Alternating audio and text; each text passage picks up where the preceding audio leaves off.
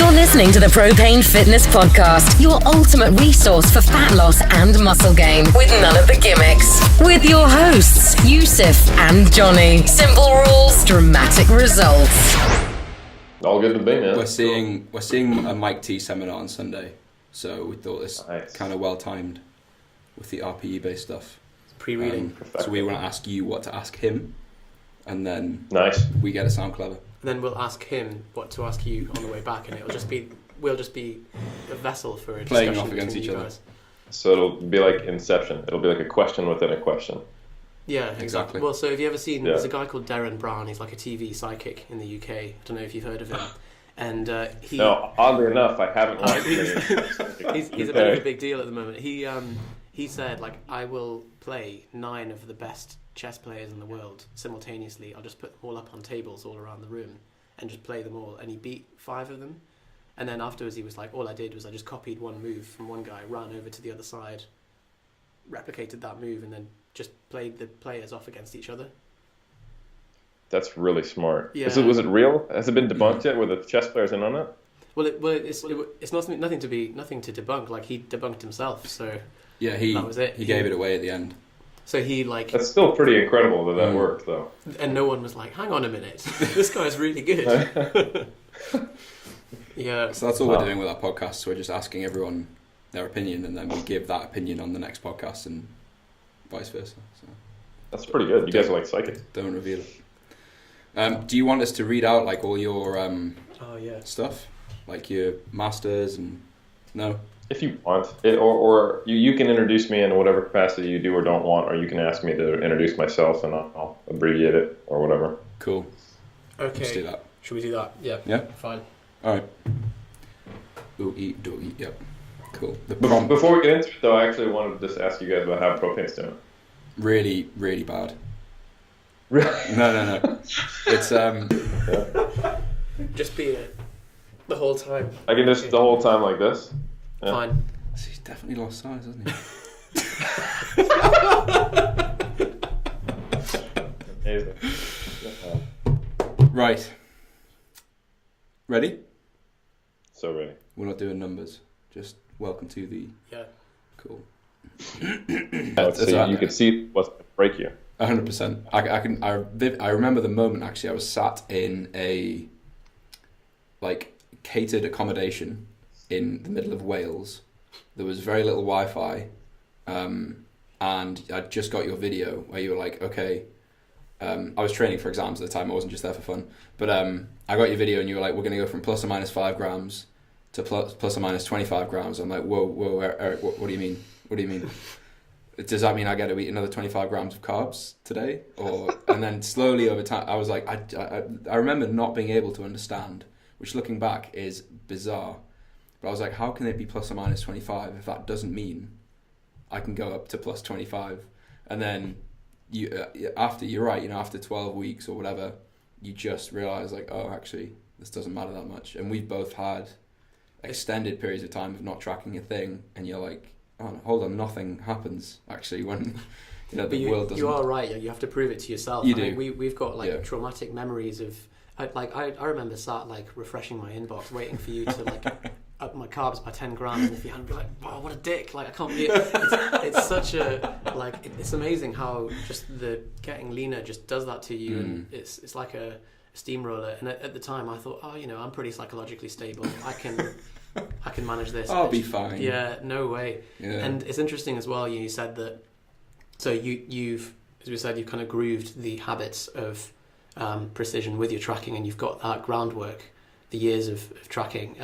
Incidentally, there's a guy called Gary Weber who talks about this with meditation. He says you get the kind of advanced meditators that say, all you need to do is go straight to this technique, or you're already pretty much there. And he says that's like the Olympic diver telling people they can just jump off the top thing straight away, ignoring the fact that they've drilled thousands of attempts on the lower ones until they've come up to it. And so for them, it's easy, but they're not seeing it from the beginner's point of view. But anyway, what I was getting to was the food discipline that bodybuilders have.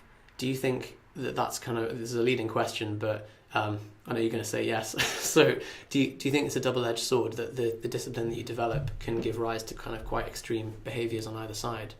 And how would you deal with the consequences of that if it's binging or being too uptight with food? It doesn't always, but it certainly can be a double-edged sword. That personality trait that allows bodybuilders to be bodybuilders and therefore succeed is also what gets them into trouble a lot of the times. I think a good example is that bodybuilders tend to be very obsessive, and they find out all the information that could help them optimize what they're doing. However, that means that they're susceptible to, based on their critical thinking skills and their knowledge level, finding things that may not be optimal and then managing it just as a just-in-case kind of mentality. I would give the example of myself in 2007. This is before I had a bachelor's degree, or I think I had 2 personal training certifications, and I'd been lifting for 2 years. And some people might think I am like gifted for critical thinking or bodybuilding stuff, but I couldn't. Even in 2007, when there was less information out there, I couldn't parse myself through all the different data and figure out what mattered and what didn't. So I just kind of went, well, you know what? If I'm unsure, I'll just do it anyway, just to make sure I'm crossing all my T's and dotting all my I's. And I didn't combine carbs and fats in meals. I ate every 2 to 3 hours. I made sure I got a peri-workout window within 30 minutes. I did a lot of unnecessary. I didn't eat a lot of quote unquote unclean foods because maybe it does matter, maybe it doesn't. And I eventually had amassed a whole host of rules that created me a lot of unnecessary stress, but did not actually give me any kind of benefit. But how was I to know that? So I think a big piece of what I do as a coach on kind of the hashtag science side of it is just helping athletes understand what does the current evidence we have suggest is worth managing, and everything that is not, let's let go of it. So I typically end up cutting people's supplement lists into a third of what it was.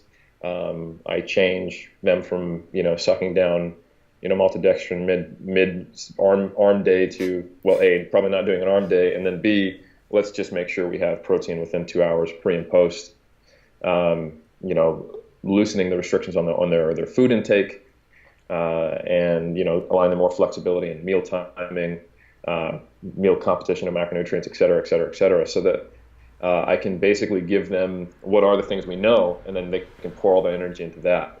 And then the coaching for a good chunk of time is a lot of Q&A and explaining the basics so that they can trust the fact that we're doing things very differently. And I think a lot of the Q&A has just been them basically feeling me out. Does this guy really know what he's talking about? And is it really true that GI doesn't matter, that type of thing? And I've been there myself. That's another thing, is bodybuilders tend to be very invested in control. Control is very important. So optimization and control. And if you understand those mindsets, you can't just be like, just trust me, bro. You need to empower the athlete. They need to understand what you understand to some degree. They don't need to get a freaking PhD, but they need to understand the basic logic behind the science, so that and develop the critical thinking so that they can not be constantly susceptible to new information as it comes out, and develop kind of that filter. So then, you're just decreasing the amount of things that can cause potential neuroses. While you're doing that, you're also working on the behavior that's underlying it all. Questioning, getting into question whether or not optimizing everything is actually sustainable. So that the kind of the door to get into the brain of a bodybuilder is talking to them about performance. There's no way around it. Like if you just tell them this isn't as healthy, then they're like, yeah, that's great, I don't care. Or have you thought about your psychological health? And it's like, have you thought about the fact that I want a gold medal? It's like, okay. So a lot of the time is I try to explain to them, look, do you want to be competing when you're in your 40s and 50s? And the answer is almost always yes. A lot of times they don't see themselves doing anything else. They are bodybuilders. So then it goes, okay, well, if we want to compete in our 40s and 50s, how do you think doing that last prep that you did before you came to me, how would that go if you did that every single season, every single year? And, they go, oh my God, I'd quit in 3 years. I'd quit in 4 years or 5 years or something like that. So that is kind of how I open that door. It's talking about sustainability. whether or not we're looking to be optimal right now or optimal over the long haul, and then just focusing on the things that really do matter. That frees up a lot of mental energy and mental space. And then depending on how the person is, whether they're a more well-balanced person that has interests outside of bodybuilding or not, or has a family, et cetera, or a career, helping them find more balance in those areas. It's a lot of fairies going on right now. He's just covering up the farts. Oh yeah, there's fairies. I had terrible gas with this diet. But what you said, Eric, like really resonates. Like certainly the frequency of questions that were coming out of me and Johnny during as we got leaner is correlated with, and as you said, it comes from a place of, at least for me, it was like, am I going to be okay? Like, am I just going to get fat? And I did just want you to be like, Yusuf, it's going to be okay. I've read the papers, and I'm sure a lot of people listening, if the fact they're listening to this podcast, are also the kind of people that have to have a clear rationalization for every thing that they do. And I remember being a kid and people being like, don't look at the sun. And I think, well, fuck you, I'm going to look at the sun. And it's only when someone says, like, it will kill the cells in your retina, and you're like, oh, that's why. Then fine. But until, By the way, Yusuf is blind, for those who aren't watching. Yeah. Just spent ages looking at the sun in protest. Like, do you want to be able to see when you are 30? Yes, no. Like, okay. I might not look at the sun. Well, that's it. And it's much more powerful when it comes from the client. You can elicit it from them rather than just be like, don't do this, it's bad for you. And because they always speak like that. Yeah. Something that this is kind of a bit of a segue, but something else that I remember discussing with you when we were discussing that stuff was the idea that there is not, in the same way that there's no magic macros or no magic amount of calories, and it's well, there is. Like Eric told us that, but you can't. You're not allowed to say that.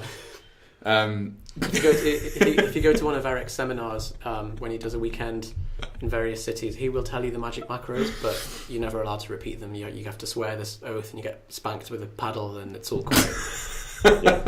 There's a €2,000 cost to get into the seminar, and then there's an NDA that everyone signs. It's legit. You'll have to wear a special hat and dance around the thing. But you have the magic macros at the end, so it's all great. worth it. But just how there isn't magic macros, there also isn't like a magic training volume or magic sets, reps, load, and that, I suppose, the thing that I notice when coaching people is if they're really neurotic about, I need this many grams of carbs, this many grams of fat, they also are really neurotic about, well, am I doing 4 sets or 3, or is it 7 sets, or is it 7 sets, 7 reps or 5? And so I suppose that kind of ties in with some of the RPE based stuff and training by how it feels or by your performance on the day. So do you want to tell us a little bit about, tell us about your PhD. Okay, I can do that. Yeah. So basically my whole PhD is based on methods of auto-regulating resistance training, specifically in powerlifting, but obviously it can be applied to any type of resistance training. And there's a really smart guy named Mike Tuchscherer, who was a very high-level powerlifter from the States and also a very good coach, who kind of pioneered the idea of using what's called an RPE scale, a rating of perceived exertion, to quantify intensity of effort on each set based on repetitions in reserve. So how many reps you feel you could do at the end of a set. So if you went to failure, that would be a 10 out of 10. If you had 1 rep in reserve, that would correspond to a 9 RPE, 2, 8, and on downward. So we did some of the first research myself, along with Dr. Serdos and his team at Florida Atlantic University, kind of validating that scale in trained and untrained lifters while they went up to a max on squats. And since that study that was conducted, I want to say in 2013, a fair amount of work has been done. There's also a group, I want to say there in Australia, led by Hackett et al. Did a study in 2012, and then one that just recently came out, kind of just looking at the accuracy of estimating repetitions in reserve. And basically, we've found that in trained lifters, people are pretty damn good when they're near to failure, say within 3 reps of gauging that. And actually, it's more accurate than using the traditional, original, like Borg RPE. Borg is the researcher who developed the original RPE scale that's based on not repetitions in reserve, but just the straight up perceived difficulty. So extremely high effort would be like a 10, and moderately difficult would be like a 6, that type of thing. So anyway, my PhD is all based around doing training studies and using this specific RPE scale based on RIR to regulate training. So I've done a study where we looked at using what's called a RPE stop, also known as a fatigue percentage, where a certain back-off percentage is decreased from the top set load, and you continue to do sets until you hit a certain RPE. So you might start with, let's say, 100 kilos for 8 reps at 8 RPE, reduce the load by 4% to 96 kilos, and then you would do that easier load until you got back to an 8 RPE, and that would regulate how many sets you did based on how quickly you fatigue. That's in its first draft right now, and we're going to submit that pretty soon, just looking at how volume changes with that. And then also I've got a few studies on how accurate the RPE is. And then the very last study I just recently completed while I was in Florida is an actual training study where we took trained males performing the bench press and the squat over 8 weeks, and then just saw who got bigger, who got stronger, and what kind of RPEs were called in a group using straight up percentages, and a group that did not use percentages but instead used an RPE range. So for example, they might be told, all right, the goal is to do 3 sets of 8 today, and in between a 6 to 8 RPE. So if it fell, so they would select the load on their own, do the set, and then afterwards they'd call the RPE. If it was between a 6 to 8, they could manipulate the load as they wanted, up to them. If it fell outside of the 6 to 8 range, then there would be kind of like an auto adjustment based on a certain percentage. We would up or down adjust at 2% for every half RPE they were above or over. And then, just seeing how that system played out over time. Did you do any psychometric testing on the percentage based and the RPE based? You did? Yep. So every time they came in the gym 3 days a week, they would first report what's called a PRS, perceived recovery status, which is basically kind of the inverse of RPE. It's a 1 to 10 scale of how ready you are. So 10 would be, I feel great and I expect greatly improved performance. A 1 or a 0 would be, I can't believe I'm alive right now, and if I lift, I'm probably going to die. And then everywhere in between.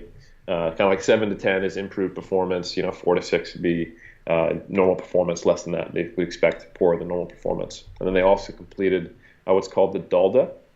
That's DALDA. That's a psychometric form in sports science that stands for the Daily Analysis of Life Demands of Athletes.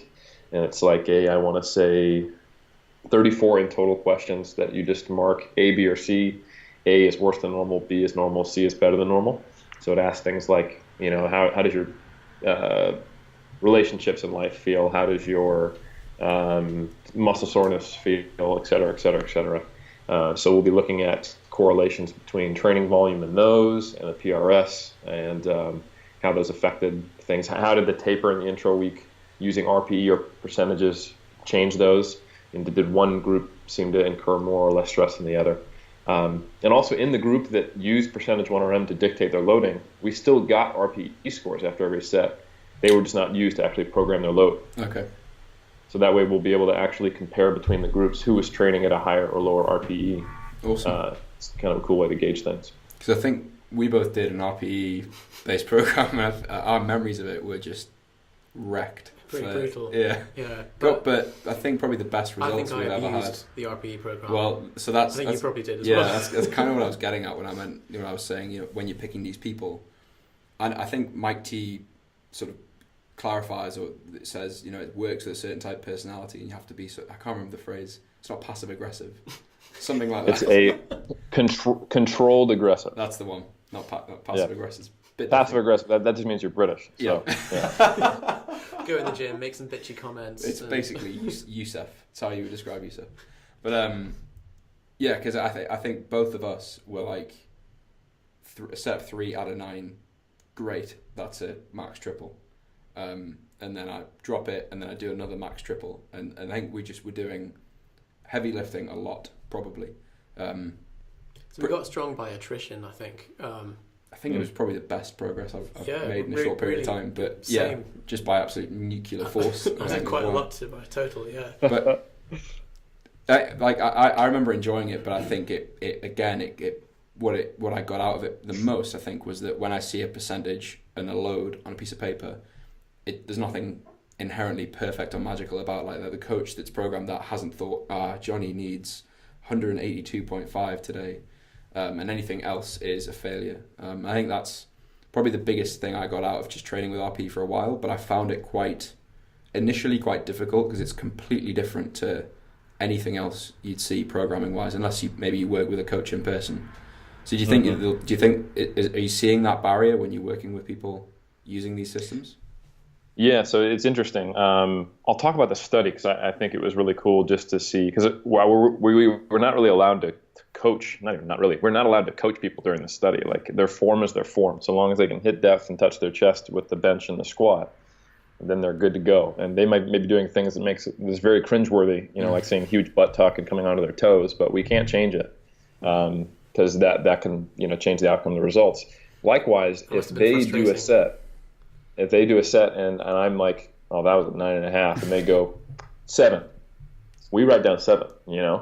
So so we wanted to encapsulate the true way that this plays out, and they would learn though. Because if you think about it, like I said, let's say it's a 6 to 8 RPE is the goal range, and the actual reality was it was damn near max. It wasn't 9.5, but they called it 7.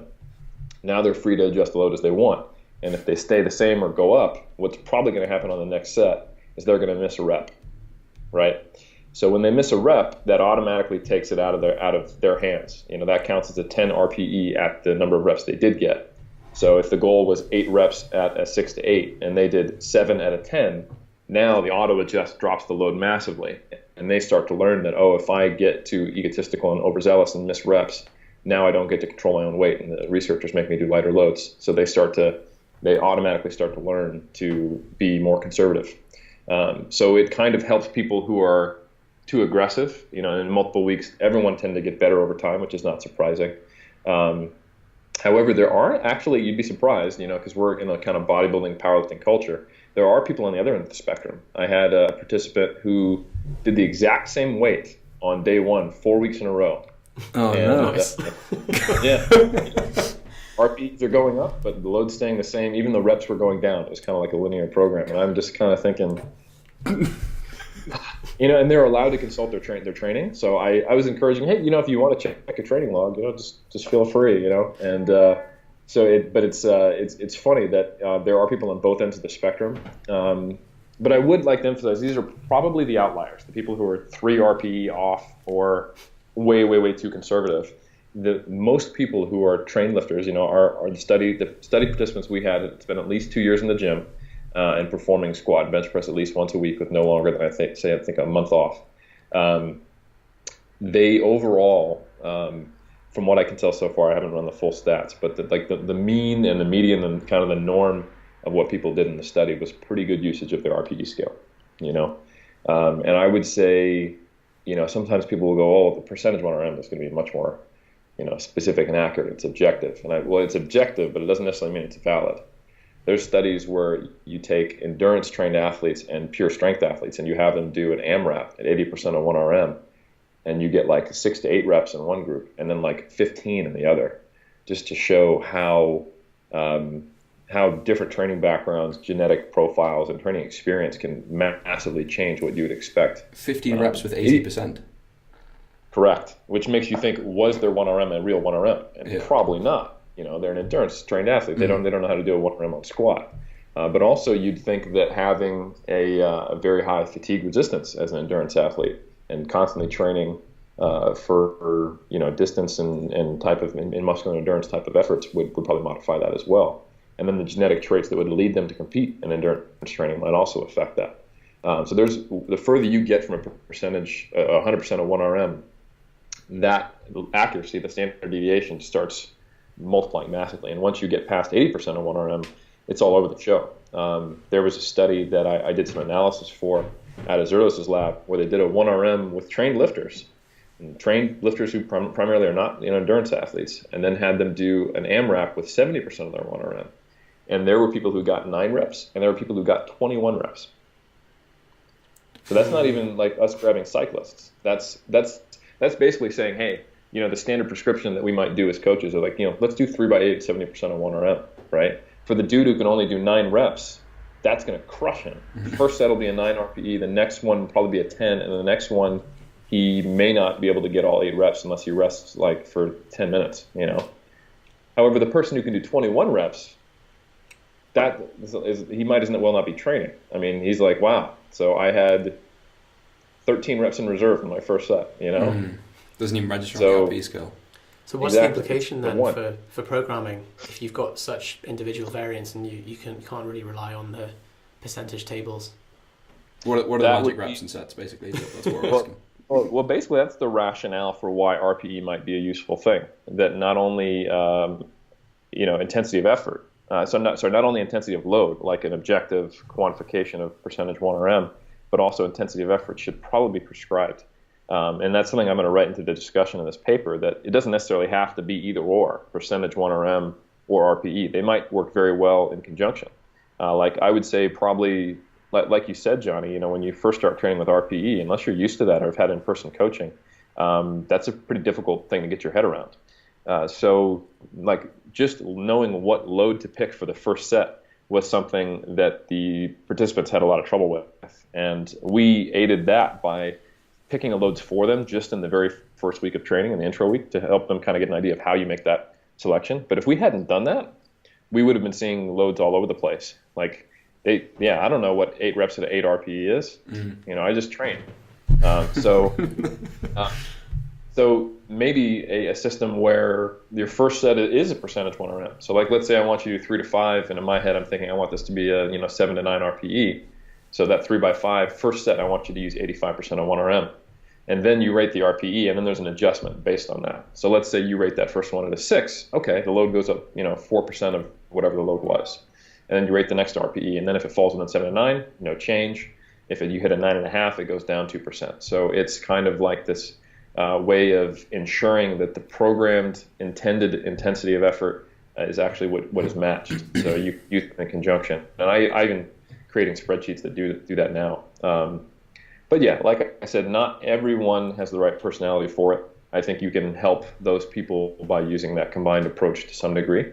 But some people really just need a percentage 1RM. And as a coach, you just kind of have to figure out what their ability is at various percentages, and then you just program for them, because they will push it too hard or be too conservative. I suppose what you're doing with what you're talking about with kind of programming that into a spreadsheet so that it's like if-then statements for RPE ratings on each set, you're kind of engendering the experience of someone who's been lifting for 15 years in someone who hasn't been lifting for 15 years. Because I think that's probably where people get to in their experience. They're like, oh, that set was easier than planned, I'll adjust the weight, etc.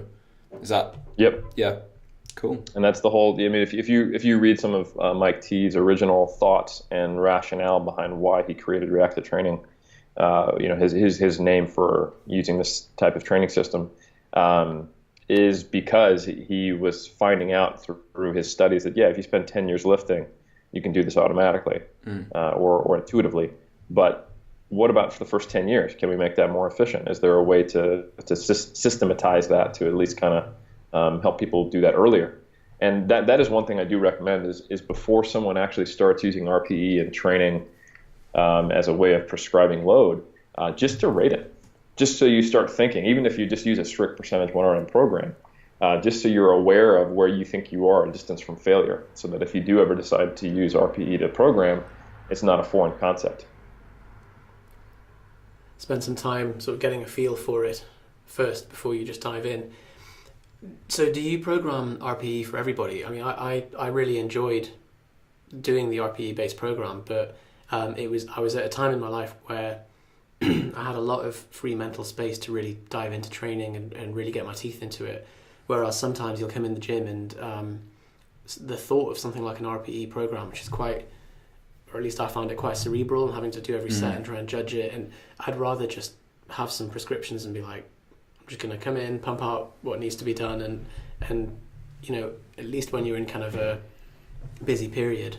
So is that something that you account for with people and the programming choice? We used to joke that with RPE you'd have to come in and like test like barometer, like wind, Celsius, what's the wind direction, how hot or cold is the bar. But yeah, I think I'm the same. Like you can't just, if you have 40 minutes to train, it feels like a lot there's a lot of effort to just come in, do your session, leave again, because you're thinking like, oh my god, was that an 8.5 or was it a 9? Like, oh, I'll ring Yusuf and ask him. So like, would you have it? What's your experience with that? There are definitely some workarounds for that. So I would say, I don't program RPE with everyone.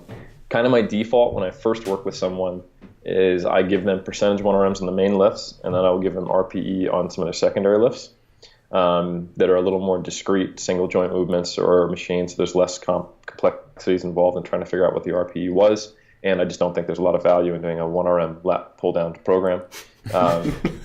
So yeah, it's a useful tool for secondary movements that also gets them aware of it. A nice thing when they're very, very, very first introduced to it, just tracking RPE can be useful on the main lifts, even if they're not using it. That way they can just, if you don't think the RPE is going to change the load or you need to change your load based on RPE, you're much more willing to just give an intuitive, yeah, it seemed like an 8, And that was something we definitely noticed in the group that was percentage 1RM based, that just gave an RPE after each set. They'd give it to us within 10 seconds of being asked. However, our RPE-based group, who knew they had a 5 to 7 minute rest period after each set, and that their selection would then dictate the load on the bar sometimes, and they had to choose the load on the bar and choose the RPE every set. We might not hear from them for 3 minutes while they were sitting there staring at the whiteboard. Spreadsheet. Looking at past training logs. Sometimes they get the calculator out and put it in from kilos into pounds because they're Americans and they wanted to figure out. I would discourage that. Like, look, don't just choose the weight that's 225. And, like, actually think what the RPE was. But I want to do 315 today. Like, that doesn't matter. What's the RPE? So I think, and that actually might have been a part of the difficulty for some of the American subjects, is that the loads were in kilos, so they didn't mean much to the person, especially in the beginning of the program. 4 or 5 weeks in, they had an experience of what 100 and 120 or 80 and 140 felt like. But so yeah, I think it does tend to result in a much more cerebral training experience, which can be stressful or just at the very least annoying sometimes. Which is why I think probably a combined approach might be better, where you have a percentage 1RM dictate initial load and then an adjustment, if you fall outside the prescribed RPE range. So that way it can be a little more automatic and doesn't take as much thought from the person on a set-to-set basis. So to answer your question, what I do these days is still in process. The experience of my PhD has, fortunately, as I think it should, if you're trying to do an applied PhD that's supposed to change your practice, making me rethink the way I program, what's appropriate and what the best way to do it is. And I have a feeling in the next couple weeks, even as I start to analyze the data from the study I just did, my spreadsheets will probably change. The way I talk to my clients will probably change. Because while I did have plenty of experience prescribing RPE via distance, I'm not in the gym with the person every session. And for the online coaches listening to this, or people who train themselves, there are some useful things you can do if you don't have a coach. Videotaping, now that it's so easy to do that, videotaping each one of your sets and then calling an RPE after looking at that tends to reduce the amount of time you spend in your head. Or if you just weren't fully aware of the sensation of how that lift went, like sometimes if I'm just training, I'll do a set and I'll be like, shit, I didn't actually think about it. Well, I didn't really think after the set. Like, I might have gotten some water, talked to my friend, I look back and I'm like, oh crap, I need to record my RPE. Yeah, no, that feeling. Yeah, so you guys laugh because we've all done that. If anyone is trained with RPE, there is a level of awareness you have to kind of maintain. So recording the set is a useful way to do it. And in the future, velocity is also going to be something that's going to be more and more accessible to the average person, to where you're not having to spend $2,000 to get a linear position transducer that we use in training studies, and actually can get maybe a $100 or $200 thing that can tell you the speed of the bar. Squats and Science, is that what they're called? Yep. Yeah. Squats and Science, the OBS. Yeah. Yeah, because I noticed they were releasing or did they release the code for a 3D printer or something like that?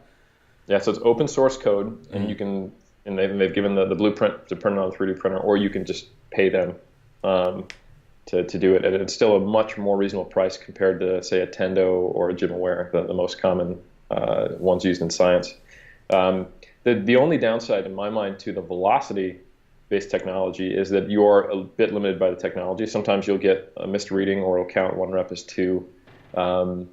And you have to get an individual velocity load profile. At this stage of velocity-based research, you need to, go through a testing session where you do like an 8/6 and a 2 RM to get your profile so it can actually predict where your load should be at or where you're at.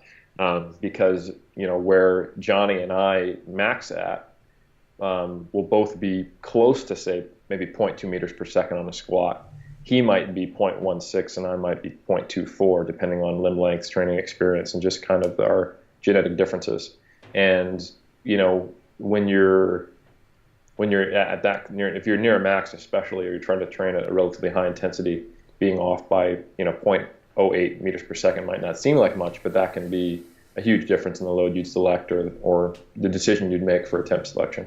So, but there's a lot of research being done in this area. Future research will look at limb length and its impact on velocity, so we can kind of tighten those equations more and more to see if having longer limbs will change the speed at which one might max out. This is just all angling. I can just feel it building to taking the piss out of my legs. There's a huge amount of variables, though. In all seriousness, like it sounds like pretty complex. I'm looking forward to seeing the results of your study and how people build on it. I'm pretty excited for that too. I don't know whether you've seen our Instagram. Not that you ever would see our Instagram, but I'm basically getting bullied on the internet at the moment because of my legs. 99% of comments are all about Johnny's legs, and the rest are just requests for nudes. So I'll post like a deadlift PB, and I'm like, yes, and everyone's like, whoa, why are your legs so wide apart? Why are your legs so long? Like, I don't know why. Why are your femurs longer than your body? Is that even physically possible? Like, his crotch is there, so it always causes problems. But what you said as well about like the attach, and it sounds really stupid, but I'm a massive sucker for this, is the attachment to certain loads, even though they are just arbitrary, and thinking like, oh no, but I want to get 180, 200 today because whatever, even though it is totally meaningless, and often that can just throw off your RPE, but for some reason we think that's more important to hit the number for kind of ego's sake than to actually do when you've got a client 2.5 or something.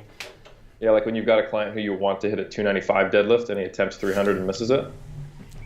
Exactly like that. What an idiot that guy would be.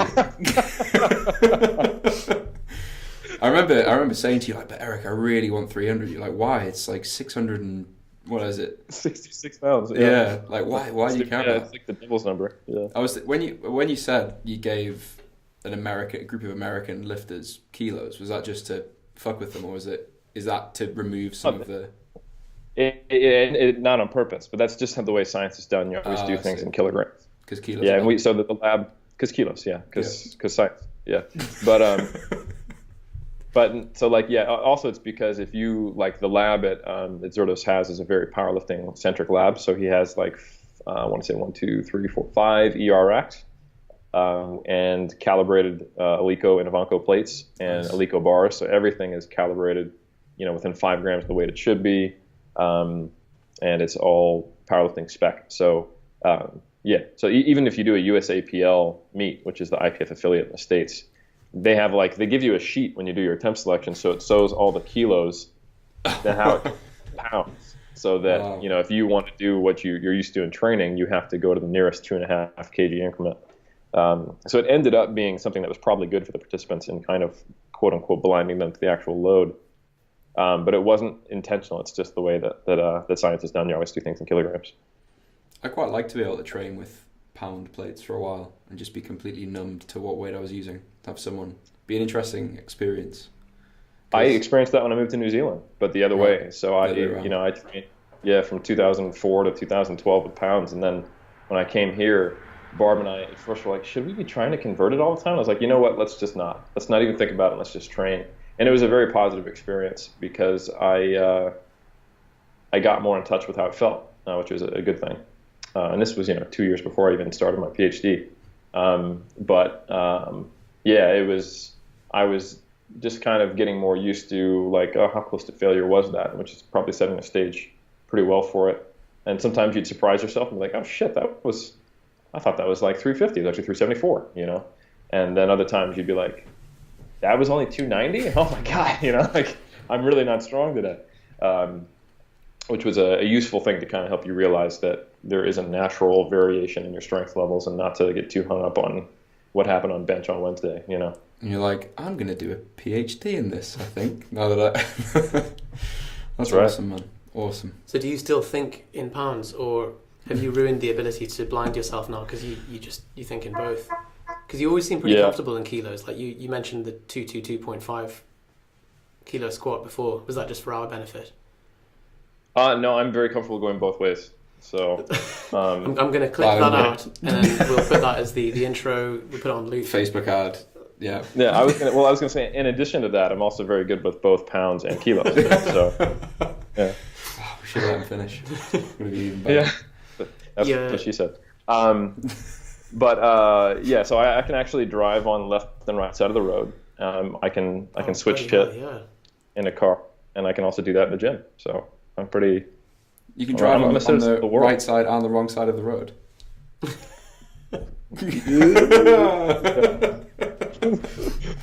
British superiority. Yeah. Cool. Right. We don't want to keep you too much longer, Eric. I'm sure you're a very, very busy guy, or you are a very, very busy guy. I know. But we just wanted to chat very, very briefly about. Obviously, you have two pretty awesome books that now exist that didn't exist the last time we chatted. And interestingly, the only time I've ever seen, and this could just be because I don't read enough strength-based information online, but the only time I've ever seen a percentage and an RP prescription is in some of the training programs in the back of that. Oh. Are we good to do? My thing randomly hung up. Did it? That's fine. We got cut off there. Johnny's run away because he was too upset. Here he is, just playing with. Building up to my final question. Did it ruin the recording? Are we good? No, we're good. We'll just stop. I was like, it just hung up, and I was like, oh my God, I hope that didn't wreck it. It looked like you went like. Yeah, because. To be 100% honest, a fairy started coming in. I knew it was gonna be loud. I tried to click mute, and I hung up. I thought you like panic stations. Oh, he's asking me about the books. Yeah. I didn't write them. Oh my God. Not the Oh, you want to try that again? Yeah. So the only time I've ever seen a percentage prescription and an RP prescription is in the training version of your book. You're not going to hang up this time. Is in the training version of your book. So we've both read them. I think they're fantastic. Awesome. I don't really know what to ask you about them. Well, how can someone get access to them? Like they are phenomenal books. They are really good. Anybody who wants to touch up on their training and diet information, it is just all in there. And it's all prioritized correctly. It's all, you'll come away with a nice clear picture. Whereas I think most books will always either be selling some kind of agenda, some kind of thing that they'll try and position it over and above other modalities, and you'll end up coming away thinking, I've got no idea what I'm doing, or you rotate through and you think every recent thing that you've read is the best approach out there until you see the next one. So it's really good to see it all just put into perspective. Rather than you telling us where to get them, we'll put a link of where to get them. Yeah. So the internet. I understand that's how the internet works. So yeah, we'll put a link in the show notes to this of where to get them. But what can you tell us about the books basically? Because so when we spoke years ago, you guys doing so great though. I kind of feel like you guys. We've had sales training and everything, right? This is. So when we spoke back in, I think it must have been 2012, 2011. These were kind of ideas that over the years you've kind of formalized, and they were initially some sort of low budget videos on a whiteboard on YouTube, and they've turned low budget, and now they've turned into these like filmed vertically in a microphone. Okay, they're amazing. They're a Samsung S3 on a chair on a table. Oh, yeah, great. Good views though. in portrait mode, and I think in one case, which got a lot of complaints, which made me almost want to do all of them in portrait mode just to be a dick. They were originally just what came out of me. I had to work a lot to afford to move out to New Zealand, and all the way through my master's that I did out here, and I was clocking probably on average 4 Skype consultations a week for close to a year, which means half of those were a new person every time who was looking for programming advice, Q&A, all that kind of stuff. And I started to realize that 90% of those people had the same issues, as they didn't understand priorities, and they didn't understand how all the vast amount of information that they consumed fit together, and how the way each article is written is every single article makes it seem like it's the most important thing. So that was where the concept of creating a hierarchy came from, and that was where the muscle and strength pyramids were born from. So that was kind of where it started, and then Andrea had the idea of making it into an ebook, the nutrition one specifically, and then Andy Morgan, who is an awesome dude, who is basically he's a Brit who's out in Japan, who is making a strong effort to make some evidence-based changes there. He's also a previous guest on the Propanefitness podcast. If you guys check back and you're listening on iTunes, you can listen to Andy Morgan and all of his foibles. Foibles on there. Is that a word? His escapades. We'll let that go. We'll cut that out. Sorry, Eric. What were you saying? Escapades and foibles. My goodness. After we come back from tea time, anyway, so. So Andy Morgan is an awesome guy, and I'm glad you guys have had him on. I didn't know that. That's great, though. I probably did know that. I just forgot. But anyway, he contacted me about making a free version, just a kind of ebook version of the training pyramid, right around the same time as Andrea had the idea to do a book version. And I said, hey, let's the three of us get together and really make an awesome couple set of books here, and just put our heart and soul into them. And that's what happened. They're available obviously through the links that'll be provided, and they're greatly expanded upon the videos. They're updated research through 2015. We're working on the second edition now. That's probably going to come out next year. If you buy the bundle, you get lifetime updates, which is pretty cool. They have like 6 sample programs, a nutrition calculator, which shows you how to set up your nutrition, and it goes through all of the nuances of everything, how to taper, all the stuff that I only glossed over in the videos is in depth covered. So it's almost like the videos are kind of like the cliff notes to these books, I would say, these days. Question for you guys is, when is this podcast going to come out? It will come out on Sunday. How do I get the following Sunday from now? I can't access Chinese calendar. Like a week from now. Yeah. Okay. A week and a half. I won't mention that we're having a Black Friday, Cyber Monday sale, or people will just be mad when they hear this. Actually, guys, missing out. Okay, all good. But that's the books. They're kind of the conglomeration of everything I've learned as a coach and a scientist and an athlete, put into a very usable format. And you guys already sung the praises so much. I appreciate it. I'm glad it's been so well received by you guys, because you guys know your stuff. So. Yeah, Yusuf silky smooth sales pitch prior to that. So. Hundreds of sales. Budget videos, yeah. No, yeah, they are fantastic. I've actually used the advanced powerlifting split out the back of that, which was advanced but good. So awesome. Exactly what it was supposed to be, I suppose. Fantastic. Cool. I think Eric, that's it. Yeah, it's been great chatting to you. Always good to catch up and see the development over the last few years. If you guys have enjoyed this and you want more of the Helm, he's obviously got YouTube channel 3dmusclejourney.com. Is that right? 3dmusclejourney.com. Cool. Yeah. If you want to get Helms deep. Yeah, if you want to get Helms deep. We've also interviewed Eric over the last few years as well, but it'll be really recorded over a potato and stuff. So, but anyway, you can listen to him and Alberto Nunez, and as well as a really old interview from 2012. Yeah, maybe don't listen to that. Maybe don't. Yeah. In fact, let's go back and delete it before anyone hears it. I thought that one was pretty good. It's just the sound. Yusuf can't. He's like right. headache when he's listening to it. Yeah. But yeah, Eric, really appreciate you coming back and speaking to us. Always great to chat to you.